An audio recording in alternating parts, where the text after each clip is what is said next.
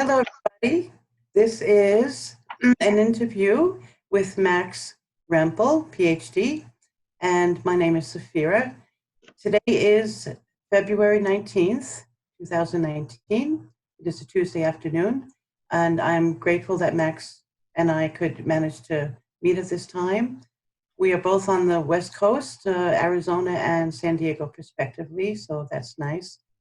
And so I'm from New York and I lived on the West Coast, lived in Germany 20 years, came back and lived different places and done all sorts of interfaith, inter-religious, inter-metaphysical, whatever you want to bring people together with different ideas and to kind of work towards unity and get things done. And so on this journey is how I met Max Rempel. Um, I had heard from a friend that there was a website he began called humancolony.org. And in the beginning, Max was doing meetings with several people who had also obviously met him also in different ways, and started on Skype and then moved to YouTube. And he and Jim Charles have been collaborating together for many years with channeling, and they recently wrote a book called From the Galaxy with Love, a handbook for lightworkers.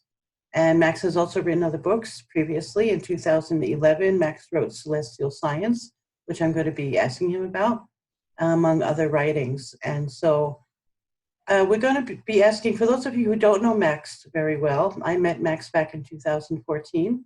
We're going to be asking some questions about himself and his journey and how it all got started and where he's going from here. So, hello. So I would like to ask you, because even I don't remember, and I know a lot of people don't know, when did you come to America and why? That would be my first question. And Okay. Yes, go ahead. Right. So I'm now 55 officially, a few days after birthday. So I was 32 when I came. It was 1996. I came with my family. In 1993, I came by myself to check it out. And I brought my invention, like a bulky device, and tried to sell it. And actually, I sold it, but my business English wasn't good, and my business partners were not very experienced. So I didn't earn much money, and it was basically it was not very successful, but it was successful in a way that I visited California and Manhattan and Long Island. So I was very impressed. And I'm assuming that even though at that time it may not have been as successful as you hoped, it'll come back. It'll something that's going to come back and then be much more successful than it was in the beginning. I'm pretty sure of that. Actually, you know, I wasn't that bright at the moment. I'm still growing, but at the moment I was so much, you know, as a beginner, I started from extracting DNA, and I was so interested in the process of extracting, I didn't even think about its function.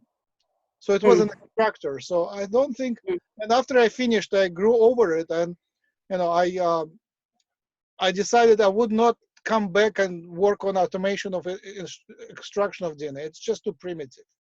So no, I'm not coming back to the beginners, to the beginner level. First, I was like a technician, and then I was an engineer. Then I grew up to a postdoc, which is basically a researcher in training. And finally, I am on a free flight, actually doing what I am planning and what I'm finding interesting. I think I grew in the science. I grew like several levels higher than what I did back then and around when I was 13. Absolutely, yes. I think you mentioned when I first met you, you had something to relieve pain. You had invented an apparatus to relieve pain. Is that what you were talking about when you said you tried to sell something in the beginning? How do you say it in English when there is the phrase is almost perfect, but the time completeness of the task is overstated. No, I'm working on those. I'm working on those. I haven't finished it. I haven't completed. So it's that would be one of the, how do you say?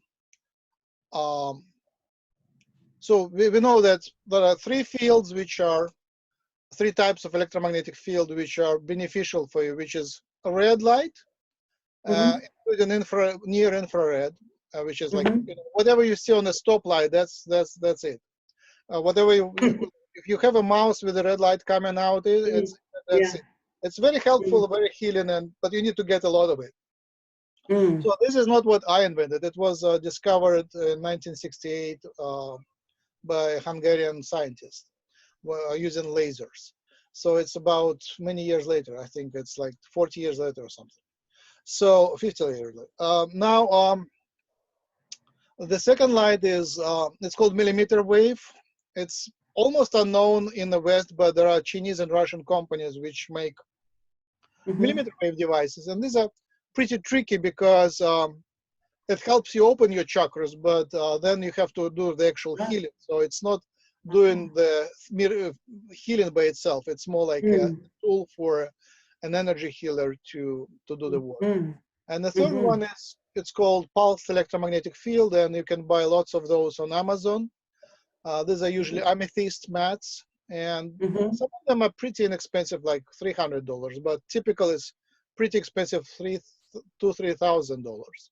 But many Reiki healers do that, and other types of healers do that investment and actually buy a mat and then do the Reiki on the mat. And again, it helps to keep the energy up. So these are invented by others, and I'm playing with those inventions, trying to improve on them. But my key focus is the DNA resonance, which is still experimentally, it's still in its infancy. There is very little, almost nothing done in that direction experimentally, but there are lots of theoretical works suggesting that there is a DNA resonance, and that's where I think the next biggest breakthrough will be. Okay, we're going to be coming back to that. Yep. Forgive me. Go ahead. For the healing. So once we get the DNA resonance working, understanding the sequences, then we will be able to do much more in terms of healing, up to growing new organs and growing new limbs and reshaping the body, because that's the power of DNA. So far, we are a little bit behind on that. But energy healing by itself can do miracles, but the devices I still need to catch up. That's so wonderful. Wow. I'm going to be asking you a little bit later more about DNA resonance. First, I'd like to ask you, so I know you have a brilliant mind, and I know you don't like people saying that. Probably embarrasses you. But I think you have a very brilliant mind, but you also have this amazing, gentle, loving, spiritual side to you, and you also do channeling, and you've taught a lot of different spiritual disciplines or spiritual lessons on different aspects of spirituality. So my question is, Hold on a second. Let me address the mind issue, because it sounded like a little overstated. So I'm trained, and I intentionally train myself to get out there and get ideas from out there, from the other side. And for that, I tune myself up to be very sensitive to what comes from out there. And when you are sensitive, there is lots of junk that comes to your mind, and I'm making mistakes just because I'm too sensitive to junk which comes from out there, and filtering it out is really tough. We're using the human brain. I'm still using the human brain, right? So it's a choice to be tuned up and trying to catch up things and connect things which other people didn't connect. So one of the approaches is, whatever is considered truth, you doubt it, you question it. And whatever is considered incorrect, you amplify it and think maybe there is something there. So as a result, I'm making many more mistakes than people who are sharp down here, grounded, and do everything digitally and can really make no mistakes. Like warriors, they cannot afford the mistakes because they will be killed. So hunters, they're very, very precise, and I'm the other way around. So don't expect anything, don't expect any perfection from me. Imperfection is my profession. Yes, this was not meant, I appreciate that. And like I said, you're too humble to kind of accept all those compliments. And I didn't mean them to be unrealistic because, yes, of course, we have all our characters and all our weaknesses. I'm also intelligent but scattered, unfocused, so that can hinder. Yes, brother soul, Yeah, sister soul. yes, it hinders a lot. But I really would love to know because you have a scientific mind and you do have a technical mind from what I have gathered until now, and I know you a little bit until now. So, when did you very first have an extraterrestrial experience, and how did you come to even write the book Celestial Science, which Oh, is a thank you. That's a great question. So I now remember, and I remembered before, but I didn't pay attention to that. I was about 15 or 16, and I was walking down the street, down the hill on the street near my house, and I looked at the sky and saw Pleiades. In Russians, in old Russian language, they're called stojars, meaning 100 mm, fires. nice. Oh, And beautiful. Mhm. and I decided consciously making a choice that I'm from there. It wasn't a discovery; it was a choice, right? So I mean, I was always interested in that kind of questions, and that's what spooked my friends. But Mhm. for me, it was kind of obvious. I was surprised that other people weren't interested in those things. Mhm. But on the other hand, I remember very clearly that I came to America. There was like a luncheon of the lab workers, and they discussed some sort of aliens coming to Florida, I think from Mexico. But I didn't understand the news, and I didn't understand what they said. I just said I don't believe in aliens, and they laughed because they were not alien. So it was around That's hysterical. 98. So I was I why didn't I believe in aliens? Because I was so much in science fiction, and they describe the aliens as anything but humans, like clouds, Mhm. like everything you can see in Star Trek, which is non-human, like Mhm. like those things. And I was thinking Mhm. that those funny aliens, funny-looking aliens, which are on pictures, they just look to humans. It's very unlikely that other planets would have something like that. So Mhm. it was a like logical conclusion, and many scientists who would come from science would agree that it's unlikely that humans would come from space. They should look like octopuses or ants or anything except. Yeah. So that's why I didn't believe in those kind of aliens. But Mhm. right. 1999, I make many people had a transformation at that time, and for me it was understanding that my science path is came to the dead end. I had all the tools, pretty unlimited resources. I had a technician eager to work, and I couldn't get the results right. The Mm. genetics just chemistry-based genetics just didn't give the expected answer. And because of my project, I was looking at real data. I believe the data. My project suggested there was some other influence. I mean, Mm. that was a logical scientific conclusion. My project Mm. suggested there was some other influence on human behavior other than the DNA sequence. Mm. Uh-huh. Looking at the DNA sequence, and I see some other influence. I just couldn't measure. Mhm. There is some other Yes. influence. Yes. And I was always interested in astrology, and here I started studying it a little more. And then I did a little experiment on astrology, looking at that time, the predecessor of Facebook, I don't know, the older people remember, it was called Live Journal. And there Mhm. people would give their date of birth and their interests. And I was looking at the zodiac sign correlation between interests. I mean, I was doing Mm. the math. Mhm. And by the way, it was also a predecessor of Hucolo in a way that I was able to organize an online project where enthusiasts would be collaborating on doing the project. Oh, really? Mhm. Hmm. Didn't know that. And we saw some correlations, and as usual in astrology, it's pretty hard to catch them because there is so many. When you try to it's hard to explain the mechanism, but you know, it always evades the being caught and displayed to the humanity.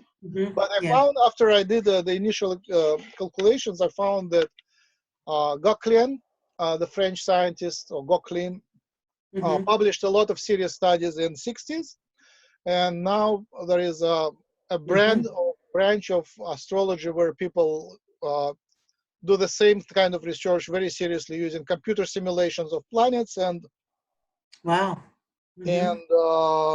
large databases. They exchange databases with behavior, profession, and exact dates.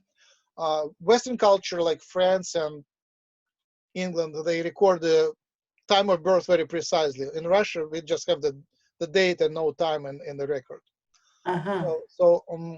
And they have it for many generations, so you can look at the professions and people. So it's a nice science. So I was interested in astrology in 1991, 99, 2000, 2001. And that kind of, make long story short, I will skip some developments, but 2009, I read the book, which is The Field by McTaggart. I recommend it highly. Still very, very profound, very modern book. It's only 10 years old. I still recommend to read it. The Field by Lynn McTaggart. And listening to it too, it's like an audible. And it explained much about quantum nature of the reality. Oh, okay. And the main experiment which impressed me was that you can take a crystal, a tiny crystal, send it through basically an optical grid, and it would split.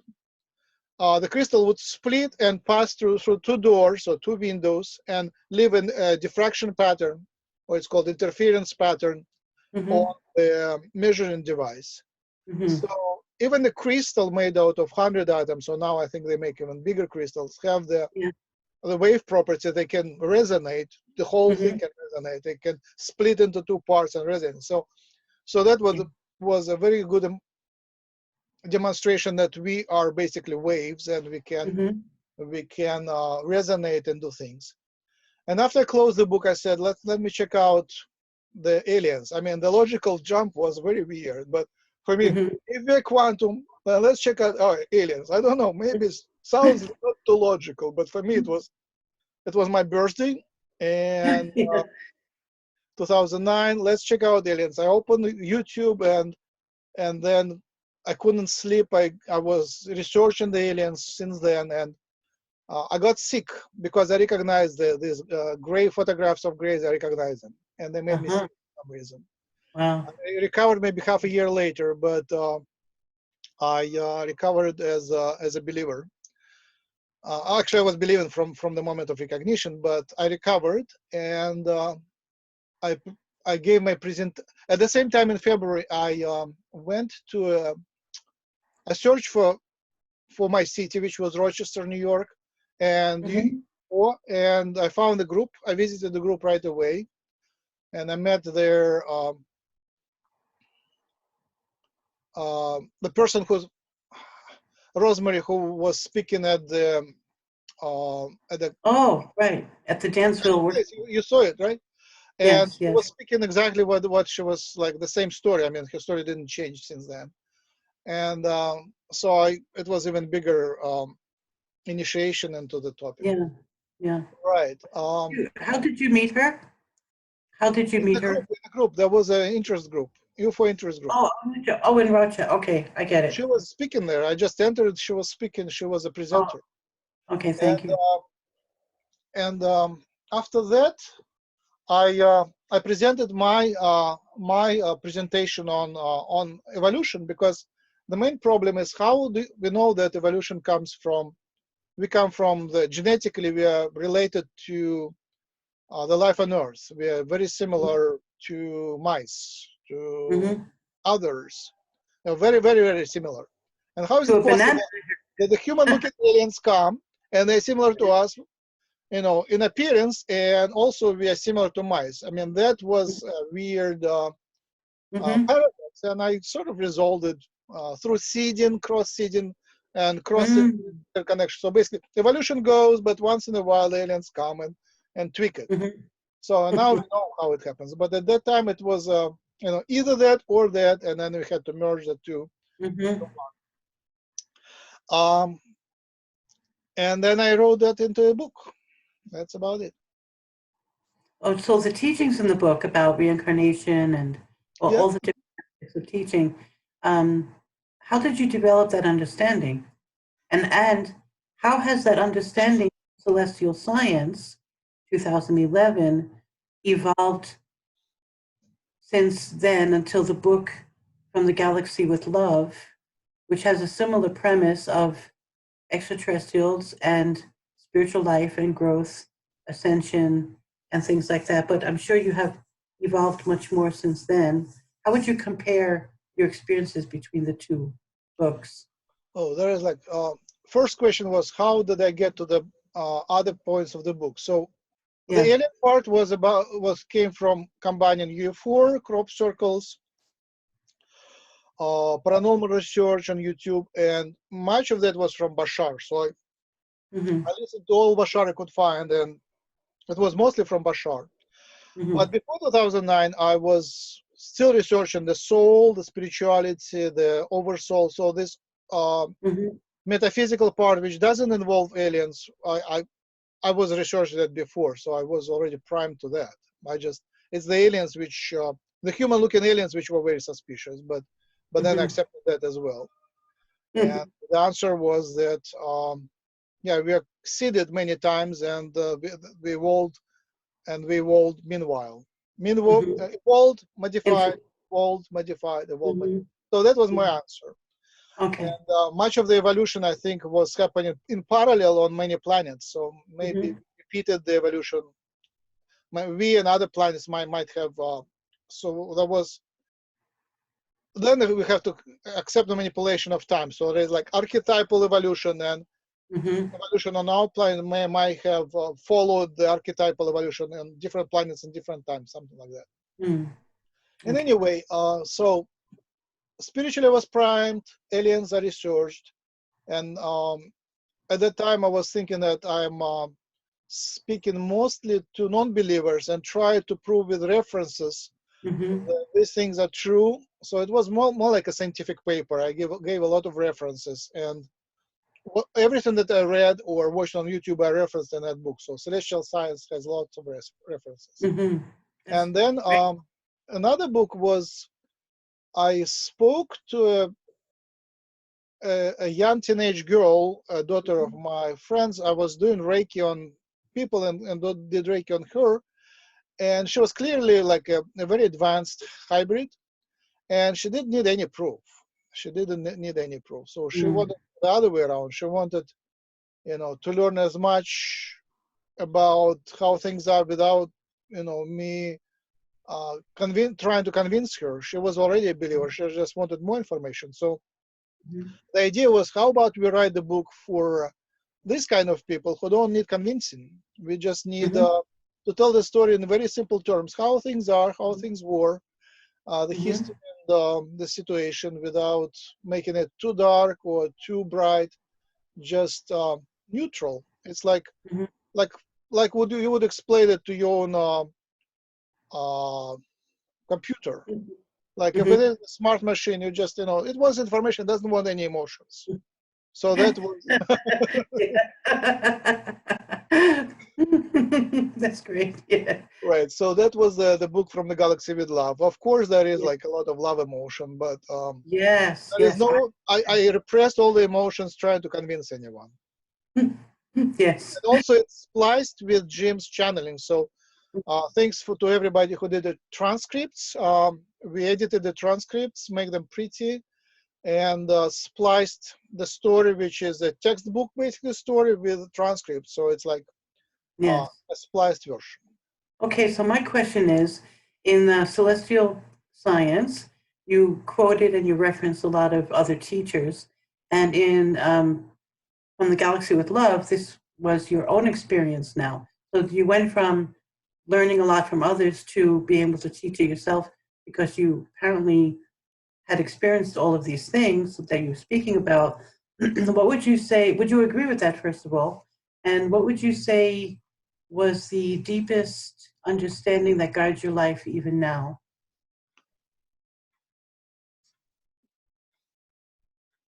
Or did I ask that? So open-ended question. There is so much to say here, which now let me say something specific.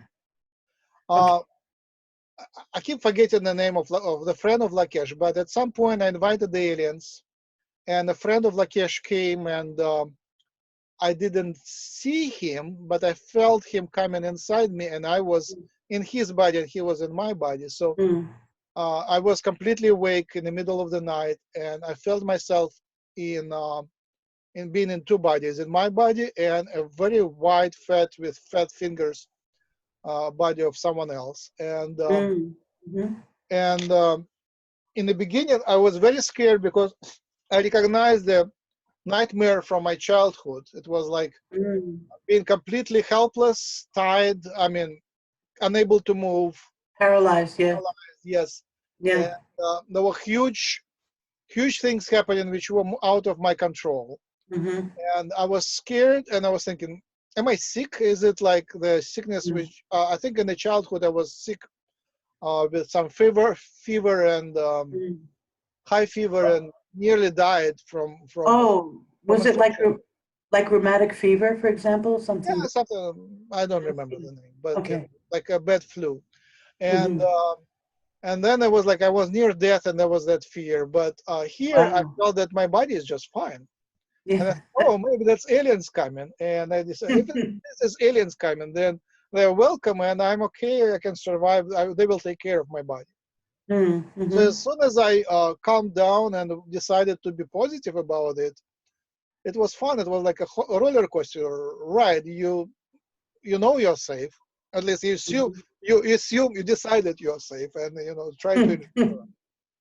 But I hope to get more. I hope to get a conversation, a trip on a ship. I didn't get any of that.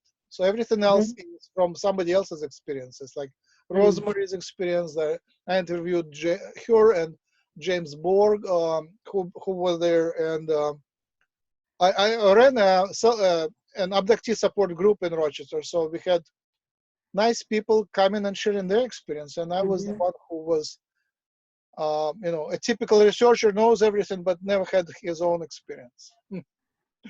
But you facilitated Right. those who have that to come together.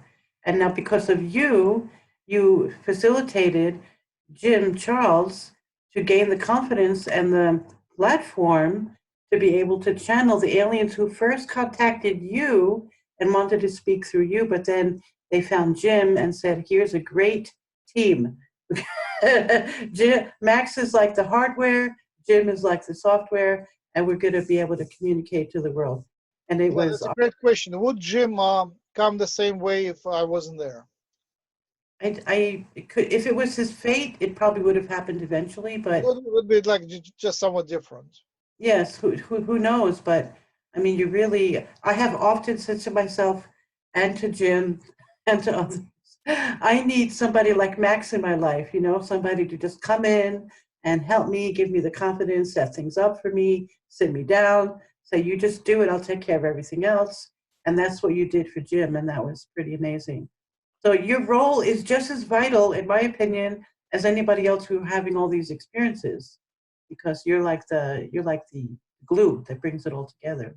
And the similar question: what would be happening if Jim wasn't in my life? What would I be doing? Right? That's right. Yeah. You well. So would you say that between celestial science and Galaxy with Love, you've had definitely more contact with extraterrestrials, and the spiritual teachings you have more applied in your life aside from just having learned them. Is that correct?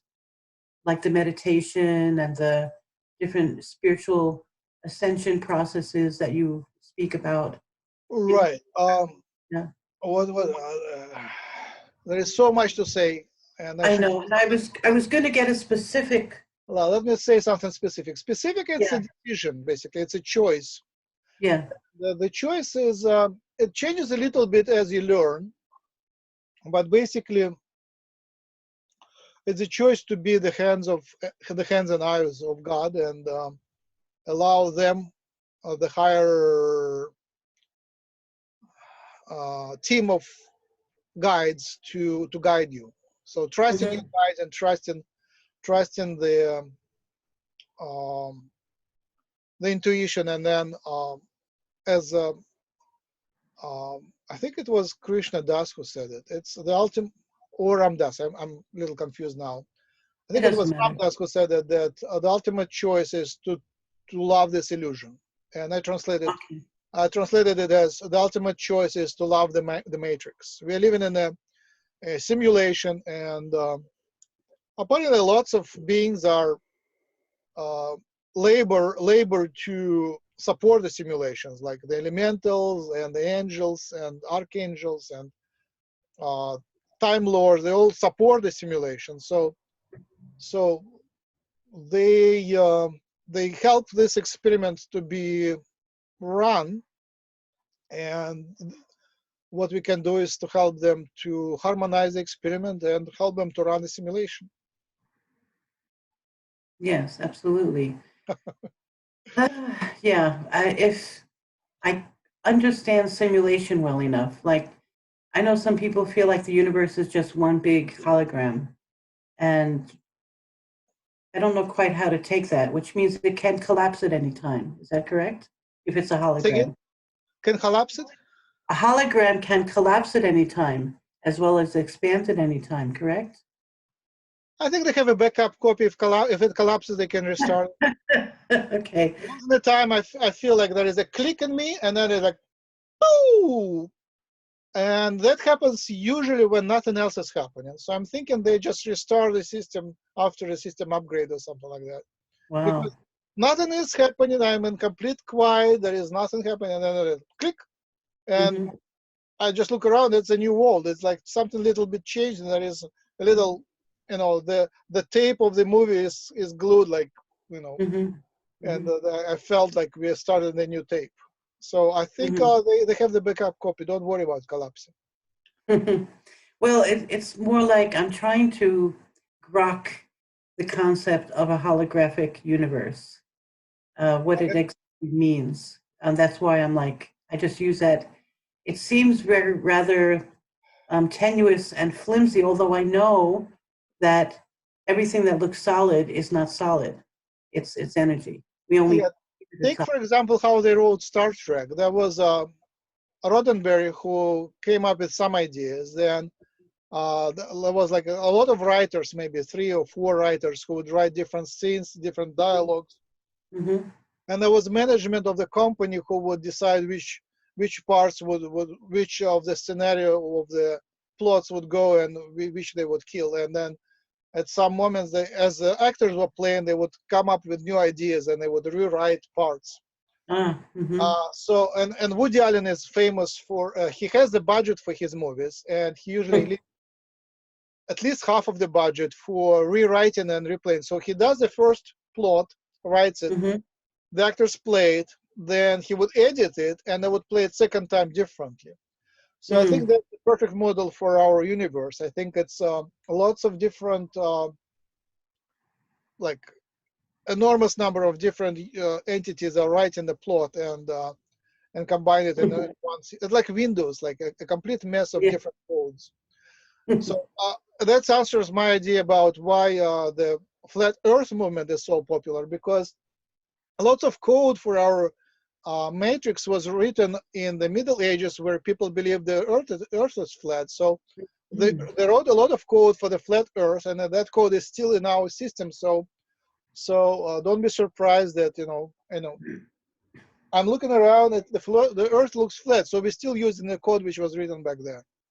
Okay, that's interesting because I was wondering quite often, how does somebody, after seeing pictures of Earth from space station, how do they still uphold the flat Earth theory? But yes, thank you. That explains it.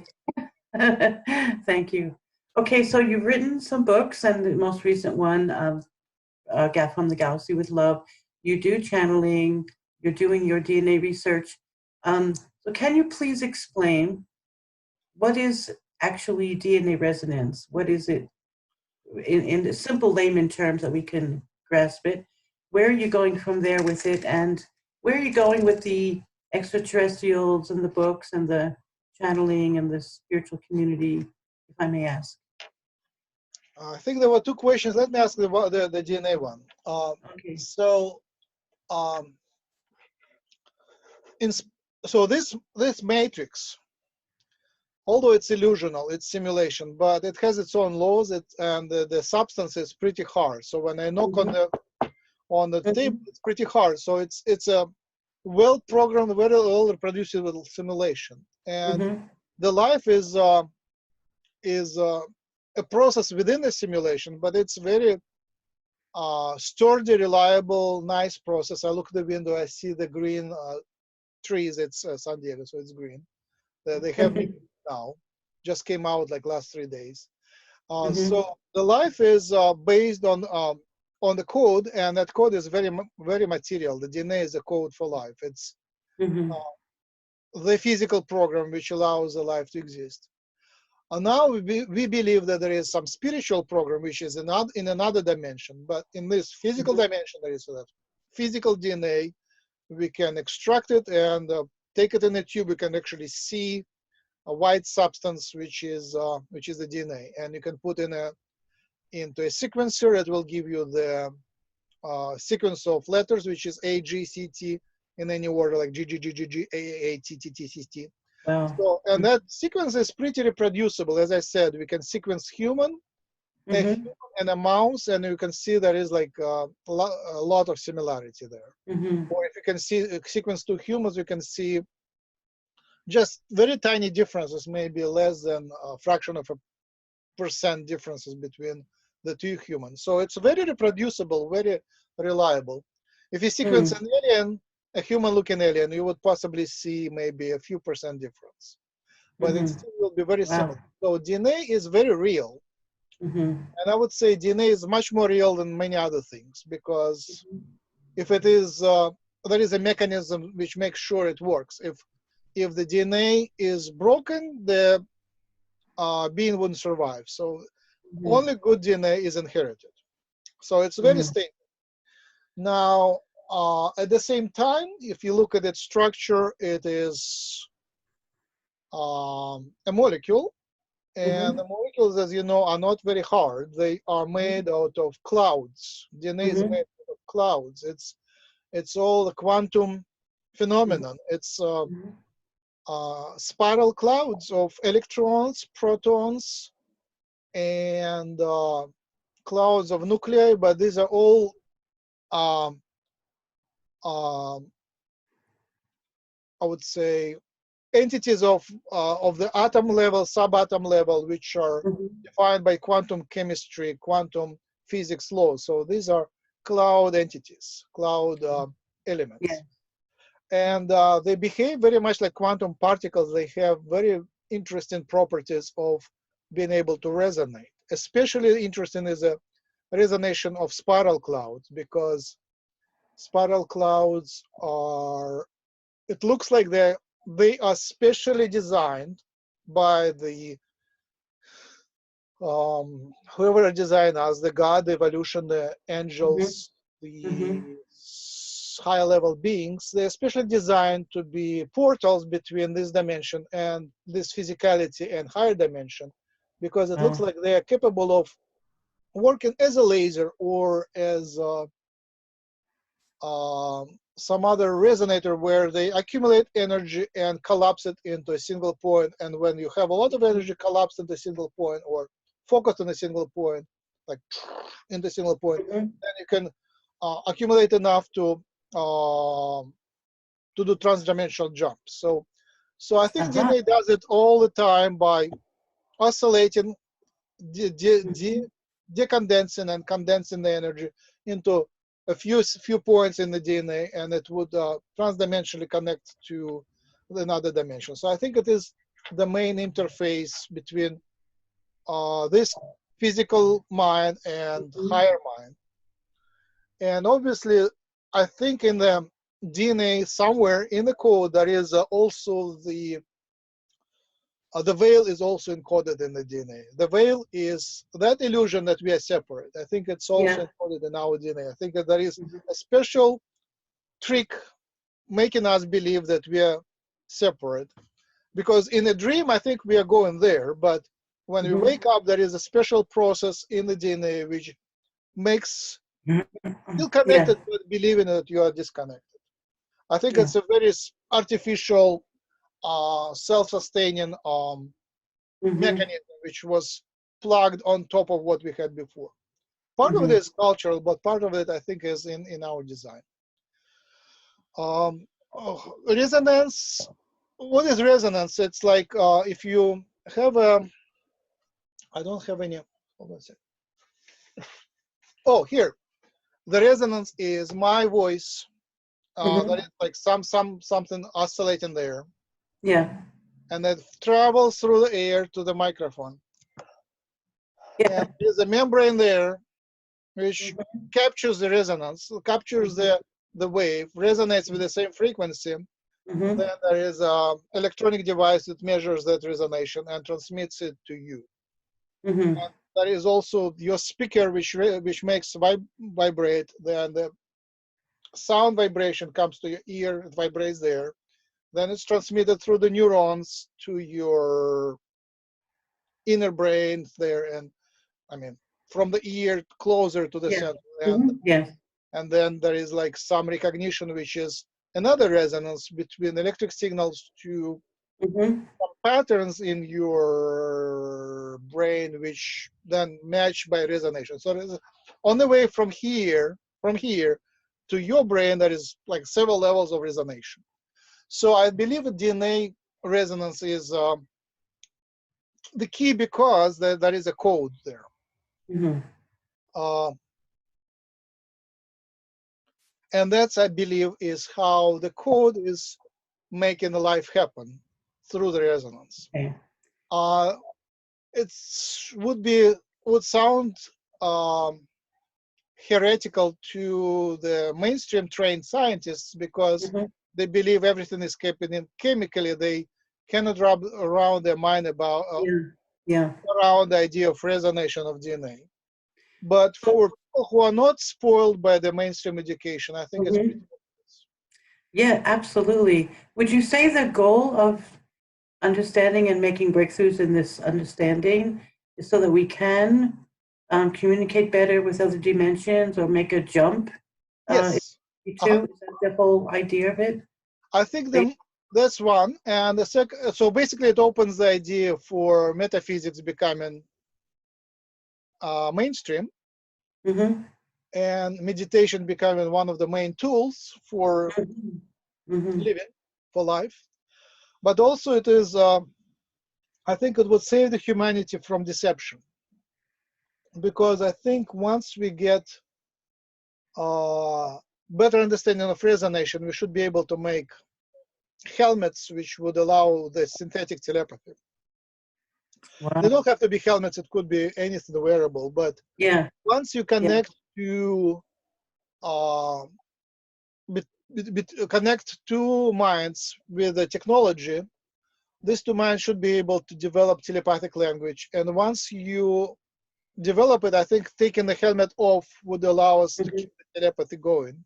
So it is just the learning might be accelerated and facilitated by technology. Okay. If some people are already telepathic, but developing a telepathic culture, if we use technology for developing telepathy, it might speed up because I think humanity desperately needs Yeah. better communication than one we have now because current communication allows deception and that messes up Mhm. everything. Yes. Now you mentioned meditation as a way of life. Would you say that it is through meditation that our DNA resonates in one direction or another as well? Is that why you mentioned meditation? All right, there are lots of different types of meditation, Yeah. but in general, it is uh, switching from physical mind to more of the higher mind. So you Mm-hmm. disconnect your attention from where you are here now, physicality, to some higher level. Mm-hmm. And different types of meditation happen. Mm-hmm. Do astral travel, you can connect, you can heal, you can do lots of things which cannot be described in physical language. So basically, one of the goals of meditation is to move your attention somewhere on the higher level Mm-hmm. so that it cannot be described here in any way. So, but that's, I would say maybe big part of the meditation work happens in the words which cannot describe. I mean, Yeah. in the levels which cannot be described with words. Mm-hmm. So what was your question? Is it involved DNA resonance? Yeah, does it kind of like, could you use meditation to direct your DNA frequencies from one direction to another? In one, to have one goal or another. Some people, All they've been right. studies Yep. which suggest that. Yeah. I think yes. It's hard to, it's not simple to describe, but I think yes. Let me see. So what happens is when you are in the physical mind, you are busy with a lot of different incoherent incoherent processes. Mm-hmm. Even now, like I might sound a little bit coherent, but also there is a lot of repressive patterns which uh, help me to say what is appropriate to say and Mm-hmm. prevent me from saying which is inappropriate. So there is a lot of repressive patterns here as well. Yeah. Now, when you go into meditation, you go into some place where it's okay to be harmonious and to open yourself up to the higher level. There is Mm-hmm. much less repression and much more harmony. And Mm-hmm. I believe the harmony, it's a theory, it's not proven yet, but I believe the Mm-hmm. harmony involves harmonious resonation of electricity in the brain, much more clean and pretty and harmonious. And that electricity resonates with the DNA in the in the brain cells. Mm-hmm. And when the oscillation vibration is harmonious, then this DNA is actually allows your physical mind to Mm-hmm. interface the higher mind on much Mm-hmm. clearer wavelength, much clearer Mm-hmm. language. Yeah. And that is sort of demonstrated in a little bit by electric measurements of the brain. So when people meditate, their brain patterns become much prettier. Brainwave patterns, just if you put Yeah. electronic and Yes. measure. So I've it's seen those harmonization studies. of the Yeah. brain patterns, but the mechanism Yeah. I believe goes through DNA as a portal, not necessarily only through DNA. There is Mm-hmm. other pretty structures in a cell, which is centrioles,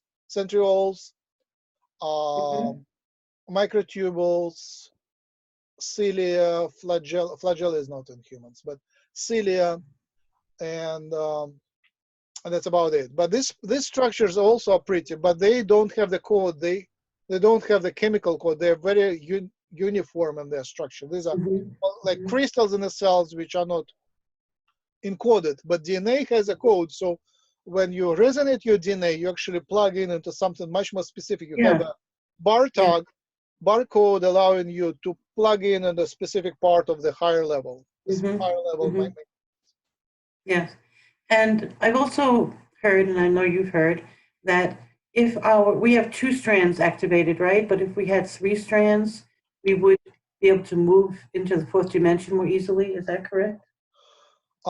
Here, I don't have the clean answer. Until now, I was believing that there is no third strand whatsoever. It's all in other dimensions. But in Mm. recent channeling, someone respected was trying to convince me that we are actually building the third strand, which is closer to our dimension.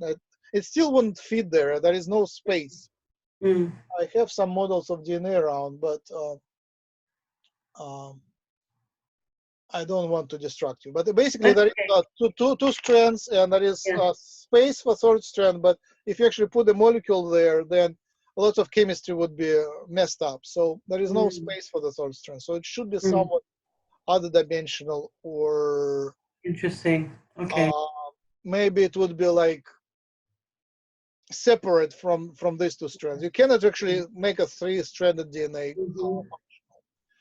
And And also, let me just add one more thing. Like two-stranded DNA makes a lot of sense because when you divide cells, they go separate and build a second cell. So two, Hmm.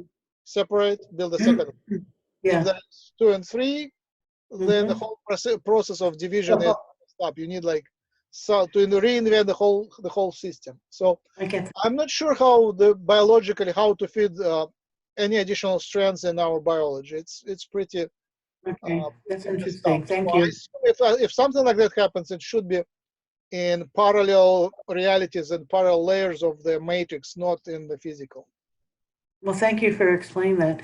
And Sure. about junk DNA, are you when you want to create DNA resonance to upgrade or to break down the veil or to things you were describing what it can do, is that dealing more with junk DNA or is junk DNA Yes, still? yes. Now the Yeah. junk DNA is a very nice term. It's actually beautiful, golden, platinum, exceptionally valuable DNA. Just even the Yeah. person who called it junk DNA, it was Francis Crick, the co-discoverer of the double helix. He still, it was more like a joke. He fully appreciated that it was very important. Mhm, mhm. So the idea that it is unimportant is a misconception by by others. Anyway, so Yes. the only reason it's called junk is because it's not coding for protein. So we have Uh-huh. lots of DNA, little pieces in it code for proteins and do the chemical work, and lots of other pieces don't code for proteins and do some other work which is still undiscovered. And there is a clear indication that there are sequences which are important for building the body, which don't code for proteins. They're called CNS, conserved non-transcribed sequences, CNS, conserved Mhm. non-transcribed sequences. Okay. And they are conserved between the species. So we in mice have the same sequences, which Hmm. are good candidates for being the genes involved in resonance, and they're not involved in the simple chemical work. So Hmm. it's more like vibrational genes, and we are looking at them. Yes. So in order to activate, forgive me if this is a very ignorant question, but so in order to activate certain parts of the junk DNA, would scientists or researchers and both of different fields need to find a protein which would activate a particular part of the junk DNA, or has nothing to do with protein? Could be that I the word activate is poorly defined, right? So one of the measures is harmony in the DNA. Maybe we don't need any more energy, we just need to harmonize. Right now Mhm. the DNA is possibly messed up by lots of vibrations like cell Mhm. phones, Wi-Fi, Yeah. um, all sorts of electric devices, all sorts of power adapters. They all Mhm. produce electric fields, and the food and the ecology. So maybe to activate, you just need to live in some very ecologically pure place, maybe on the top of a mountain in a wilderness, or maybe on an Yeah. island. Then your DNA would be activated just fine by harmonization. Another Ah. idea is that um, you need some special energy for activation. DNA, it looks like it's a laser pumped with energy. And Mhm.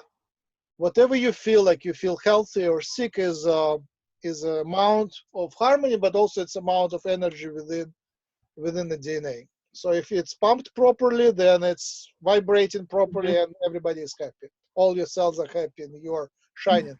Like I meet once in a while, I meet people who are so shining with health. And Mm. I'm also thinking maybe there is something interesting happening with their DNA. I Like see. Elon Musk surprises me. Like he sometimes is tired, but there is so much energy there and so much harmony, coherence. Like he can think straight.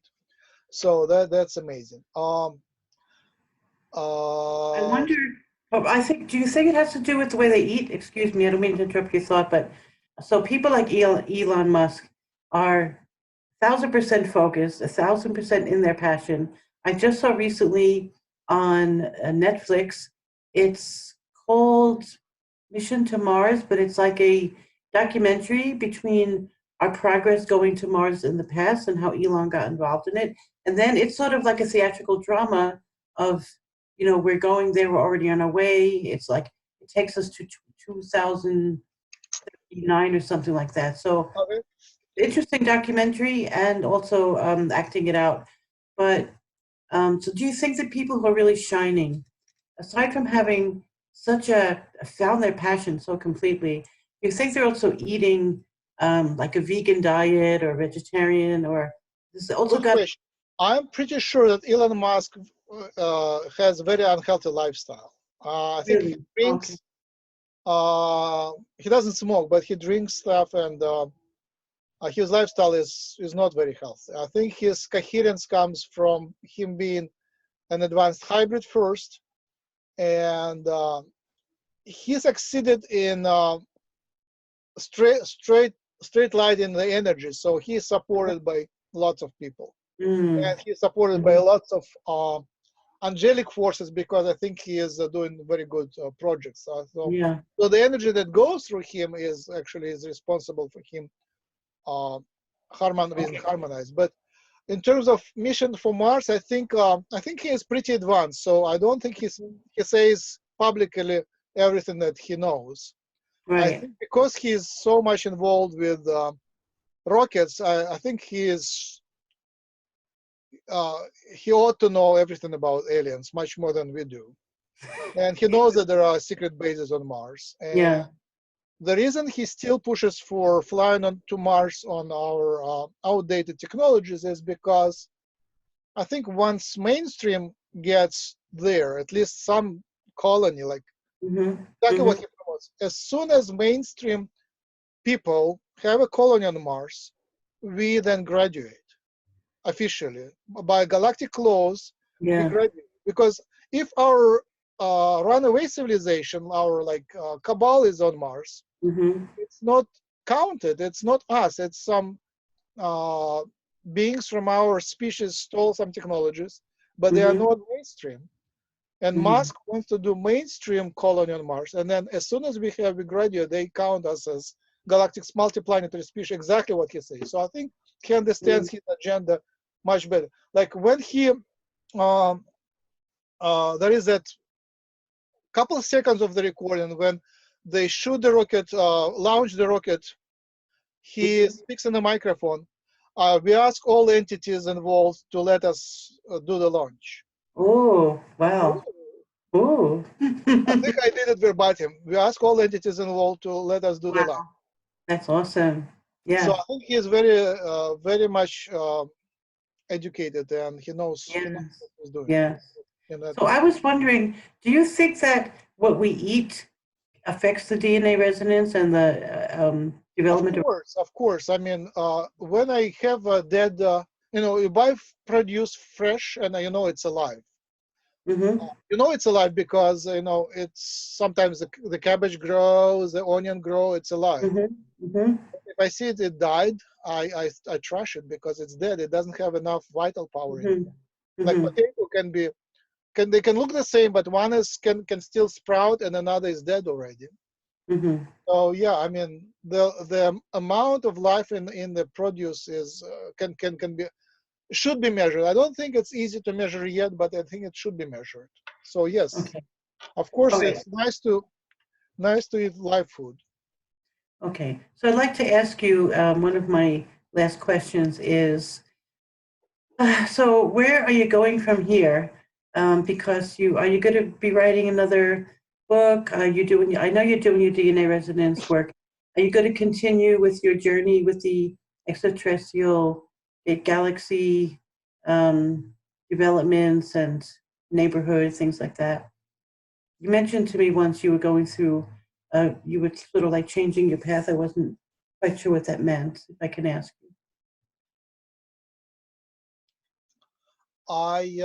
I have a feeling that the new idea of a new book is brewing. you. It Hmm. has it hasn't emerged yet. There are basically the idea of the book is first they have to send it to you. You have to receive it, Yeah. and Hmm. sometimes you start writing before receiving it, and then you kind of grab it better. And part of that is to see that there is a demand, there is interest on among people. They need to learn something, they need to know something. So Yeah. so I'm looking for that, and I'm very excited about telepathy. So maybe something related to telepathy would be interesting, like research. Mm-hmm. I'm still behind of doing my homework. I need to do my homework to learn about telepathy more. But right now I'm actually doing my science, and we actually what right now we are looking at the DNA, at junk DNA sequences, and Mm-hmm. we are writing grant proposals to Uh-huh. DARPA and to National Institutes of Help of Health, Mm-hmm. Yeah. and National For help. National Institutes of Health, and looking for other sources and looking for investors. Actually, we have a Yeah. prototype which is designed for a mass market. Mm-hmm. It does require an NIH approval. It's a mass market device using advanced wave Mm-hmm. technologies for well-being and for Mm-hmm. wellness. Mm-hmm. And this is a very realistic project, and it would be nice to, I'm very, pretty feeling pretty good that we are Yeah. getting it right, and Oh, there that's will awesome. Mm-hmm. there will be that kind of will pave the path to the DNA-based technologies. Right now, it's the idea is linked to DNA, but not well, I would say, well experimentally optimized. So Mm-hmm. this Yeah. device is, I can predict it will affect DNA, and it will affect it safely, but more experiment. But I can only put out something which is safe. So Yes. for more advanced formulas, I need to do the experiments to make sure it is doing what we expect and that is safe, right? So for Yes. that we need more funding. But the initial one is using tested technologies which affect DNA in a positive way, and they have been around Okay. on the market. Some technologies have been already for like 20, 30 years. We are pretty Mm-hmm. confident they are safe, and Mm-hmm. we just combine them in a new, interesting way, which is novel and Mm-hmm. suitable for the American mass market. So I Mm-hmm. think that will open the energy flow for more advanced technologies, and the ultimate breakthrough is actually being able to understand the language of the DNA, vibration language of the DNA, which we are doing right now with a Mm-hmm. little bit of funding, but I think we need more funding to do it with more people. Right now it's like 4 people doing that, but it would be nice to do it like with more like 20 Yes. people and Yes. experts, 20 experts. Right now we're doing it with low qualified force, but Yes. we still be able to do it. So, and we are looking already at the graphs of resonances in DNA. I think that's very exciting, Mm-hmm. but Yes. not enough to publish yet, hopefully soon. Okay. My main paper just was accepted. I'm editing the proofs, and Mm-hmm. my this part of the theory which I can share with the people is already out there. Would be like published very Oh, soon, that's like in wonderful. weeks. It's already Oh, accepted. great. So Is it something that we could understand as lay people? Would we be able to grasp what that? I think maybe it's like 50% understandable by lay people. Mm-hmm. Uh, I wrote it on I mean, there is, I'm combining the ideas of chemistry, quantum physics, which I don't know very well, but whatever I could grasp Mm-hmm. of quantum physics, Mm-hmm. biology, and a little bit of esoterics there as well, and telepathy, a little bit of there. But it's a scientific paper, and when I combine it, I assume there is no expert that knows everything. I'm the Mm-hmm. only one who combined it for the first time here, so Yeah. so it and every scientist is an expert in their specific field. So I had to write it in a language which is understandable for the non-expert in the field. Mm-hmm. Mm-hmm. So I would say maybe 50% everybody could understand, but also I have the the video presentation, which I think is spoken even on simpler language. So I invite people to watch it, and you can find it by joining the group on Facebook. It's called DNA Resonance. Facebook DNA Resonance. Join it. Okay, great. And there is my presentation. Actually, several presentations. Oh, that's right. Thank you so much. And that's thank you for mentioning that again. For those who may have forgotten to follow up, like me, I forgot to follow up on that. Will, and thank you for that. So now you founded Human Colony in 2000, I believe, and co-founded with Jim. So where do you see that going? It has evolved up and down since then, and right, the humanity changes, and we see on one hand there is a lot of more interest in metaphysics and aliens. On the other hand, there is so many more channelers and groups and teachers. So the number of views on YouTube fluctuates, and number of people and activity in the Human Colony group on Facebook is also, it's called Hucolo, Hucolo. Yes. The activity also fluctuates. On some days we have activity, on some days it's all silent. So it's a process. And where would you like to see it go? What would be your vision for it if you could influence it more, for example? And the best present for it, which I did, was to let people organize themselves. Until recently, I was driving it and spending a lot of my energy and controlling it. And now I released the controls. Finally, when I got Jim, Angie, and Karen, and Mark actually, are coordinated together to take charge of it. So I gave them all the controls, including the everything.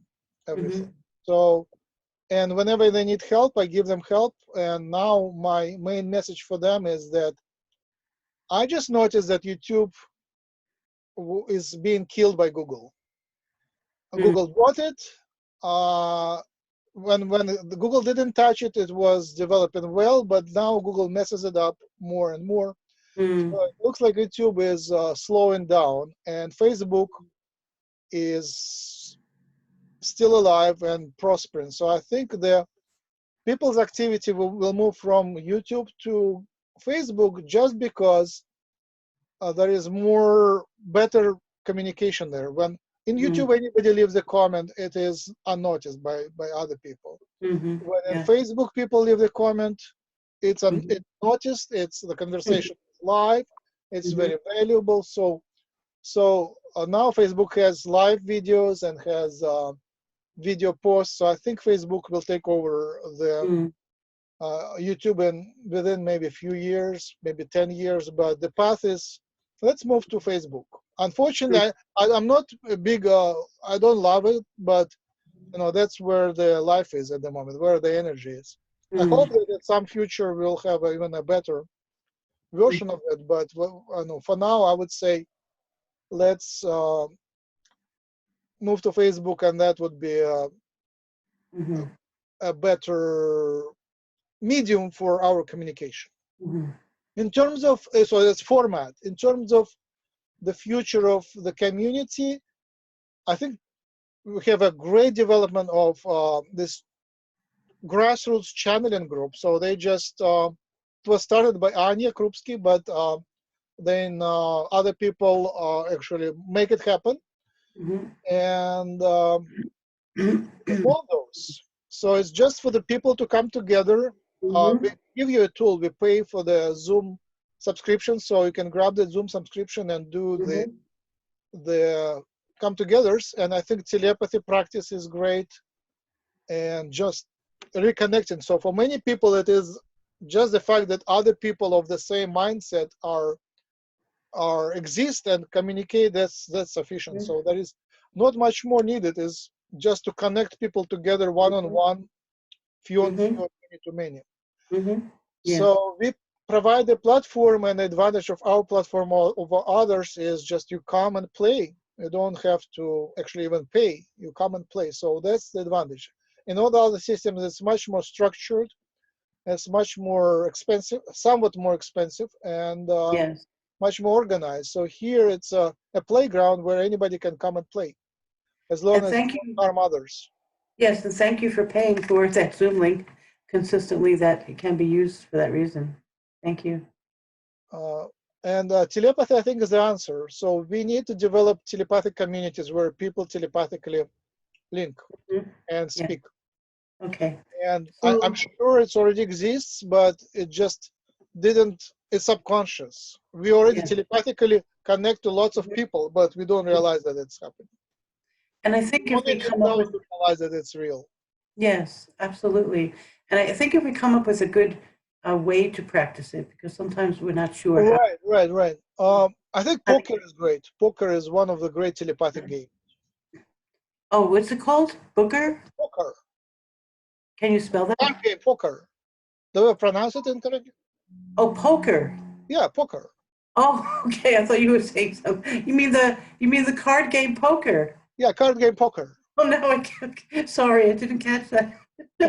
I thought you were coming with some new thing I hadn't heard before. Yeah, new telepathic training using poker card game. Yep. Oh, But because you I have think some of that sort of maybe to. there are other games. Um, I wouldn't Yeah. name them, but some other games with role playing where people can Mhm. telepathically, where you can get it, get advantage by telepathically connected to other people. So in poker, it's Yeah. very clear. If you're coupled with someone else, you take over the game. So any other games where you can telepathically Mm. connect and be uh, get a positive feedback on that, get rewarded Mhm. for that. Get, when you get Mhm. points for brownie points for telepathy, that's where emotion is involved, right? Yes. Very I, good. I I think that's the future. I think once we get the, maybe human colony will be the first one to develop telepathic community. That would be great. But Oh when we're wow. already channeling, I mean, once we get at least 3 people telepathically connected, Mm-hmm. then it will explode. Then it will Yes. explode Yes. because it's the capability is already there. It's a number of veils which need to be accurately, precisely tuned so we can actually function in normal world, but also we can telepathically transmit information. Well, I was running a group for a while, and we had some very spiritually experienced people there. And one would say something, and the other would say, "That's exactly what I just thought." And so it seemed like many members of the group. And I think the key is to kind of keep one's spiritual life growing and have interaction vertically in a higher level and also with other people. Mhm, The heart, like Chikir said, telepathy is a matter of the heart, also from the mhm. heart. But in any case, however, these individuals kept their spiritual life at a certain level, but when they met with each other in the group, like almost everybody, they either saw the same thing and when they had their eyes closed and doing a blessing, or they had the exact same thought. So that would be great if that could be expanded, because that was like Yes. more more of a private group. Yeah, it wasn't that known. So that's what you're saying, right? If it becomes known, Right. where we really can do that. Mhm. But a lot of this has to do with the fact that some of the members who were meeting had a lot of past lives together. They were from the same planetary system, and Sure. Yeah. I there's know. a kinship I there. Kinship I'm involved. looking for partners in my science business development, and LinkedIn is a good source. And I look at Mhm. the photographs, and sometimes I just recognize them. Yeah. I Well, say, I know that person. yeah. I don't know them from here. I just recognize the vibration. And then Yeah. uh, Well, for some of them, when I connect to them, we send emails simultaneously to each other with the same thought. So, for me, it's a well. great confirmation that we are in. Yes. It's Yes. not necessarily that I come up with that thought and send it. It's from here. It feels like I come up, but maybe we just are tuned to the same Mhm. source, and the source Yeah. does the fault. But we are Yeah. participating in that. When we are tuned in, we put our energy in there, and when we synchronously, simultaneously uh, tune into the same frequency, that's telepathy. Yes. Yes. Thank you. Okay, do you have any closing remarks Yeah, before thank we? you very much. It was a pleasure. It was a great interview. Thanks, Sephira. Thank you. It was very enjoyable also for me. Thank you so much. And as you all see, Max is very brilliant and wise and also kind. And I met you for the first time back in 2000, last year at Dansville All after, right. Yeah. Uh-huh. and you were quiet and supportive and a big loving teddy bear and humble, as brilliant as you are. And it was, I hope you still stay tuned and stay with us in the human colony development, or Hucolo as you call it. Absolutely. So I also wanted to add that if anybody wants to take more interviews of me, I'm Mm-hmm. open because I think that format allows me to say things that I cannot say otherwise. Right. And this Yeah. I will see if it is popular, but I hope that some people would. At least for me, was therapeutic to share that. I'm kind of pumped with the information which I want to share. So Yeah. please help me Yeah. to relieve this information to YouTube, and hopefully there will be some people who would appreciate that. I Yes. And yes. Go ahead. I'm sorry. once in a while I get feedback, and thank you very much. Thank you very much for the feedback. Some feedback is very helpful, very helpful, and Yeah. of course there is negative feedback, and I just enjoy blocking people who leave negative feedback. So yeah, feel free to leave negative feedback as well. And I was going to say that different personalities bring out different questions and different answers. So, you could All have right. you could have a different interview every day this week, and it would be just fascinating at what would come out and be stimulated through the questions. So, yeah, Right. this kind of give and take is wonderful. Yeah, So, I just wanted to mention that when someone is doing the channeling, the person who is asking the questions is as important for the content of the channel as the person who channels, because yes. through the quantum physics they form the system. It's consciousness to consciousness, and um, you hear what you are ready to hear, what you're ripe, you're ready, you developed yourself to a certain level, so you need to hear Hmm. something, and that something comes to you. So when a Yes. different person comes, it will be a different channeling. So Yeah. the Yeah. listener, the questioner is as important as the speaker. I agree. And you are also a great interviewer yourself. So thank you very much. Namaste, and we will see each other again soon. Namaste. Thank you. Okay.